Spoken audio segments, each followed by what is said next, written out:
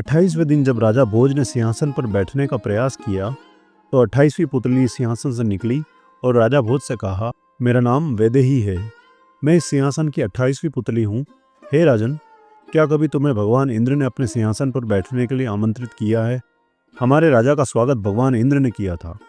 इतना कहकर पुत्री ने कहानी सुनाना शुरू किया।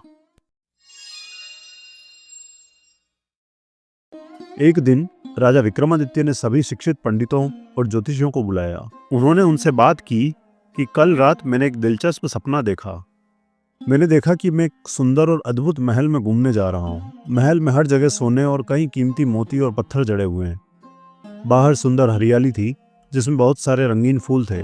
उनकी खुशबू से हवा में उल्लास छा रहा था। मैंने महल से सुखदायक संगीत सुना।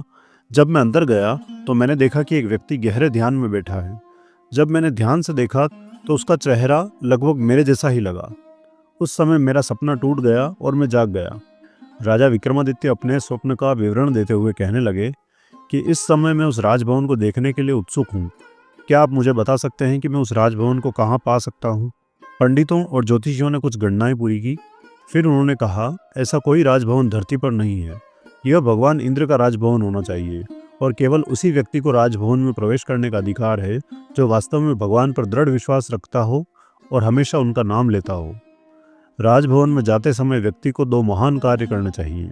विक्रमादित्य को यह बात समझ में आ गई कि उनके पास भगवान का नाम लेने के लिए समय नहीं है। उनके पुजारियों ने समस्या को समझा। उन्होंने कहा, महाराज, आप अपने साथ महान मंत्री को ले जा सकते हैं। वे हमेशा भगवान का नाम लेते रहते हैं। विक्रमादित्य ने सहमति जताते हुए मंत्री को साथ लिया और यात्रा शुरू की। विक्रमादित्य एक साधारण व्यक्ति का वेश धारण किए हुए थे। एक रात वे दोनों एक घर में रुके। आधी रात को विक्रमादित्य ने किसी के रोने की आवाज़ सुनी। शोर पड़ोसी के घर से आ रहा था। वे वहां गए और देखा कि एक बूढ़ी औरत रो रही है। जब उन्होंने कारण पूछा तो बूढ़ी औरत ने कहा, मेरा एक ही बेटा है। वह जंगल में लकड़ियां लाने गया था क्योंकि वही हमारा एकमात्र रोजगार है। अब आधी रात हो गई है और अभी तक वह वापस नहीं आया। मैं परेशान हूँ। अब मुझे समझ नहीं आ रहा कि मैं क्या करूँ। राजा विक्रमादित्य ने महिला को सांत्वना दी और कहा, माँ, आप तनाव न लें, मैं आपके बच्चे की तलाश में जाऊंगा। और इतना कहकर विक्रमादित्य बच्चे की तलाश में जंगल में चले गए। कुछ समय बाद उन्होंने बच्चे को पेड़ के एक हिस्से पर बैठे देखा जो पेड़ के नीचे बैठे शेर से डरा हुआ था। विक्रमादित्य ने शेर को डरा दिया और बच्चा नीचे आ गया। उस समय राजा विक्रमादित्य बच्चे के साथ वापस आए। बुजुर्ग महिला को अपने बच्चे को देखकर खुशी हुई। उसने विक्रमादित्य के प्रति आभार व्यक्त किया। सुबह विक्रमादित्य और मंत्री ने अपनी यात्रा जारी रखी। वे एक समुद्र के किनारे पहुंच गए। विक्रमादित्य ने वहां एक महिला को रोते हुए देखा और उन्होंने कुछ लोगों को जहाज पर सामान रखते हुए भी देखा। विक्रमादित्य उस महिला के पास गए और उससे पूछा कि वह क्यों रो रही है।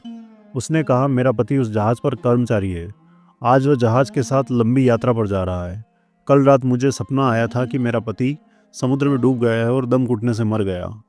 हमारी शादी को 3 महीने ही हुए हैं और अब मैं गर्भवती भी हूँ। अगर मेरे पति को कुछ हो गया तो मेरा और मेरे होने वाले बच्चे का क्या होगा? मैंने अपने पति से इस यात्रा पर न जाने के लिए कहा, लेकिन वह मुझ पर हंस पड़े। मुझे नहीं पता कि क्या करना चाहिए। विक्रमादित्य ने महिला की दुर्दशा पर ध्यान दिया। उन्होंने अपने झोले से वरुण द्वारा दिया गया शंख निकाला और महिला को दे दिया। उन्होंने कहा, यह शंख अपने जीवन साथी को दे दो। इस शंख की विशेषता यह है कि यदि कोई समस्या उत्पन्न होती है तो इसे बजाने से उसका समाधान हो जाता है। महिला उनकी बातों से सहमत नहीं हुई। राजा ने उसकी प्रतिक्रिया समझ ली। उन्होंने उसके हाथ से शंख लिया और कहा, मैं तुम्हें इसका प्रदर्शन करके दिखाता हूँ। ऐसा कहकर उन्होंने शंख बजाया। महिला यह देखकर दंग रह गई कि लहरें तट से बहुत दूर चली गई हैं। उसे अपनी आंखों पर भरोसा ही नहीं रहा। विक्रमादित्य ने फिर शंख बजाया और सब कुछ सामान्य हो गया। उसने विक्रमादित्य को धन्यवाद कहा और शंख अपने पति को दे दिया। उसके बाद विक्रमादित्य और मंत्री ने अपनी यात्रा जारी रखी। अचानक शंख दहाड़ने लगा। विक्रमादित्य ने स्वर्ग से एक सफेद घोड़ा निकलता हुआ देखा। घोड़ा विक्रमादित्य के पास आया। तभी उसे एक दिव्य वाणी सुनाई दी, हे विक्रमादित्य, आपने अपने मार्ग में 2 महान कार्य किए। पहला, आपने वृद्ध महिला की सहायता की। उसके बच्चे को जंगल से आप वापस लेकर आए। और दूसरा, आपने उस महिला को शंख देकर उसके पति की जान बचाकर उसकी सहायता की। मैं आपसे संतुष्ट हूँ। मैंने आपके लिए घोड़ा भेजा है। इस पर सवार हो जाइए और यह आपको अपने साथ ले आएगा। विक्रमादित्य ने कहा, हे प्रभु, मैं अकेला कैसे आ सकता हूँ? मेरे साथ तो राजमंत्री भी हैं। महान पुजारी ने हाथ जोड़कर कहा, कृपया मेरी चिंता न करें राजन। यदि मृत्यु के पश्चात मुझे स्वर्ग मिल गया तो मैं सौभाग्यशाली महसूस करूंगा। लेकिन अभी मैं बहुत भयभीत हूँ, आप कृपया आगे बढ़ें। मैं उज्जैन लौट रहा हूँ।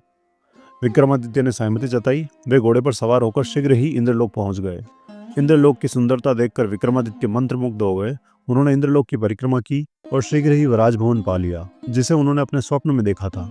इसके पश्चात वे भगवान इंद्र के दरबार में पहुंचे। जब इंद्र ने विक्रमादित्य को देखा तो उन्होंने उन्हें गले लगा लिया और उनसे अपने सिंहासन पर बैठने का अनुरोध किया।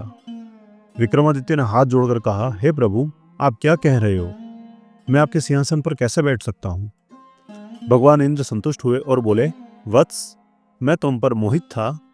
तुम मेरे राजभवन में रहने के योग्य हो। तुमने अपनी कल्पना में जिस व्यक्ति को पाया वह कोई नहीं बल्कि मैं ही था। तब उन्होंने विक्रमादित्य को एक भव्य मुकुट दिया और विक्रमादित्य कुछ दिनों तक राजभवन में रहे, फिर अपने राज्य में वापस आ गए। कहानी सुनाने के बाद पुतली ने पूछा, हे राजा भोज, क्या कभी भगवान इंद्र ने तुम्हें अपने राजभवन में बैठने के लिए आमंत्रित किया है? राजा भोज ने नहीं में उत्तर दिया। तो पुतली बोली, इसीलिए राजन, बेहतर होगा कि तुम अपने महल में वापस लौट जाओ। और इस प्रकार राजा भोज आज भी सिंहासन पर नहीं बैठ पाए।